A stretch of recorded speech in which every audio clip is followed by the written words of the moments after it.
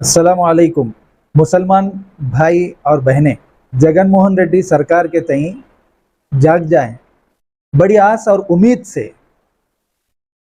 अक्सर मुसलमानों ने जगन मोहन रेड्डी को 2019 में वोट देकर जिताया था, इसलिए कि बाप मुसलमानों की रिजर्वेशन के लिए कोशिश करके एक मकाम दिलाने की मुकम्मल कोशिश की है।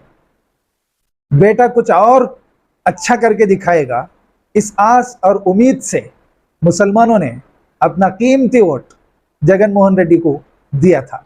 लेकिन जब से जगन मोहन रेड्डी ने सरकार बनाई, उस वक्त से मुसलमानों को मुकम्मल इग्नोर किया गया है।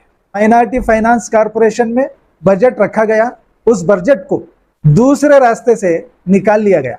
जगन मोहन रेड्डी ने हुकूमत बनाने से पहले ये वादा किया था, माइनॉरिटी फाइनेंस कॉरपोरेशन बजट दूसरी तरफ न घुमाया जा सके, इसके लिए सब प्लान का वादा था। सब प्लान मिट्टी के हवाले कर दिया, हवा हो गया। इसी तरह गरीब खानदानों की शादी ब्याह के लिए नारा चंद्रबाबू साहब तेलुगु देशम हयाम में दुल्हन स्कीम के नाम से 50,000 रुपये दिया करते थे। जगन मोहन रेड्डी ने लाख रुपये देने का झूठा वादा किया। जैसे ही जगन मोहन रेड्डी ने सीएम की कुर्सी संभाली, फौरन धोखा देने पर मुसलमानों को तुल गए। लाख रुपये का वादा करने वाले जगन मोहन रेड्डी साहब 1 रुपया तक उन गरीब बच्चियों की शादी में खर्च नहीं किया, नहीं दिया। ये बात हम लोग नोट कर लें। चंद्रबाबू साहब ने दौरे हुकूमत में गरीब बच्चे भी विदेश को जाकर पढ़ाई हासिल कर सके, इसके लिए विदेशी विद्या के नाम से 15 लाख रुपए तक अता किया, ताकि मालदारों के बच्चे तो जैसे भी पढ़ लेते हैं, गरीब का बच्चा भी मायूस और उदास न हो सके। मायूसी को दूर करते हुए वो भी मैदान तालीम में एक शहसवारी कर सके, इस ख्याल से विदेशी विद्या के नाम से 15 लाख रुपए दिए गए। जगन मोहन रेड्डी सरकार बनाने के बाद जगन मोहन रेड्डी ने उससे भी इन्होंने रूगर्दानी की, मुंह फेर लिया, मोड़ लिया। ये नुकसान दर नुकसान, धोखा दर धोखा। इसी तरह तेलुगु देशम दौरे हुकूमत में नारा चंद्रबाबू साहब ने रमजान तोहफे के नाम से गरीब लोग भी रमजान सुकून से गुजार सकें, इसलिए रमजान तोहफा दिया। जगन मोहन रेड्डी साहब ने इससे भी मुंह फेर लिया। इसी तरह शादी खाने जहां के वहां रुके हैं, तेलुगु देशम दौरे हुकूमत में जितना काम चला था वो काम उसी तरह रुक गया है। 1 इंच भी वो काम आगे नहीं बढ़ सका। और बड़ी शर्मिंदगी के साथ मैं ये कहना चाहता हूं, चंद्रबाबू साहब ने हमारी रियासत के सीएम जगन मोहन रेड्डी साहब के जिला कड़पा में बेहतरीन हज हाउस की तामीर कराई। उस हज हाउस को बंद किया गया।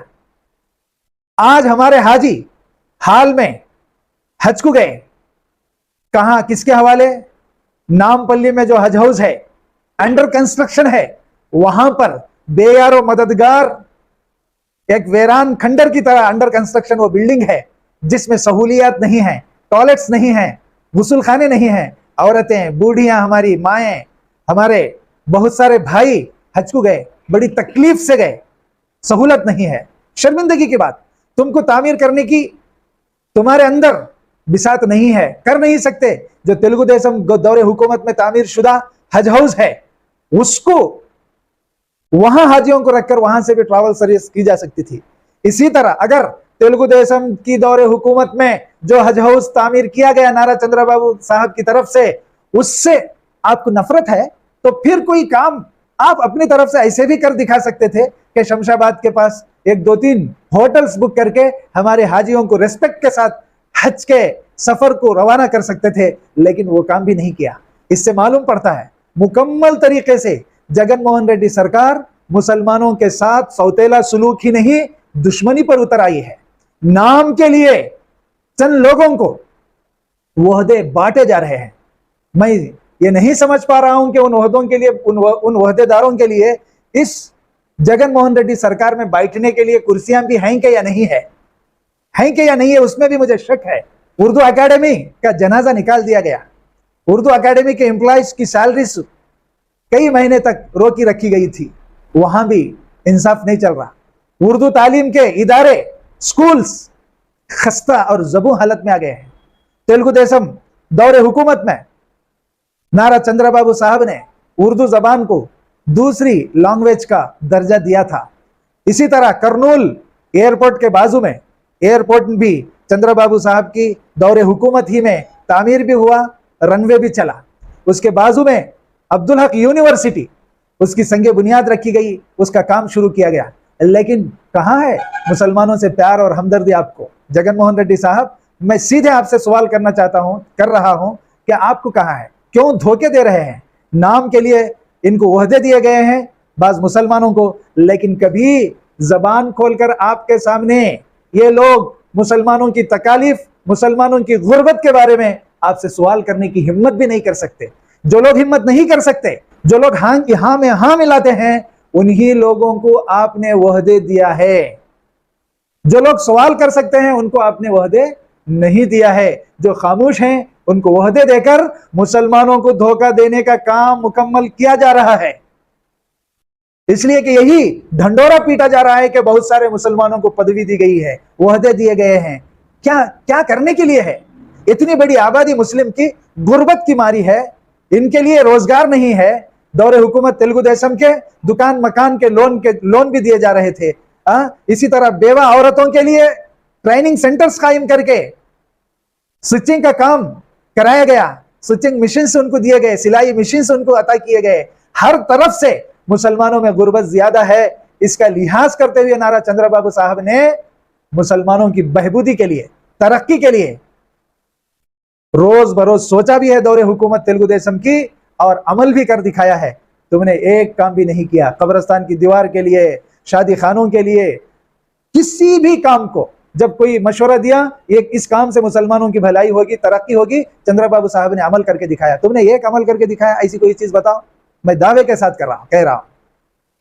फिर आपके डिप्टी सीएम अमजद बादशाह साहब खड़े होकर असेंबली में कहते हैं कि माइनॉरिटी को 8,000 करोड़ बजट। कहां गया?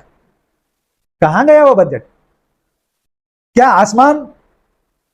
आसमान खा गया या जमीन निगल बैठी उस बजट को, या आपने तकसीम किया है आपस में अपने आप में आपकी टीम को? इस सवाल का जवाब उम्मत कौम के सामने, मुसलमान कम्युनिटी के सामने आपको जवाब देना पड़ेगा। सिर्फ मिसगाइड करने के लिए, क्या कहते हैं उसको, मक्र के अल्फाज, धोखाधड़ी के अल्फाज, ये पूरी कौम जाग चुकी है। 2024 में इंतजार करती बैठी है। ऐसे तो रियासत की सारी जनता इंतजार कर रही है, अलल खुसूस मुस्लिम कौम इंतजार कर रही है कि इलेक्शन कब आएंगे, फिर कब राहत मिलेगी, कैसे तेलुगु देशम पार्टी हुकूमत बनाए और चंद्रबाबू साहब को सीएम देखना चाहती है, और उनके जरिए से ही रियासत की अवाम की तरक्की हो सकती है और बहबूदी हो सकती है, मुसलमानों की भी तरक्की हो सकती है।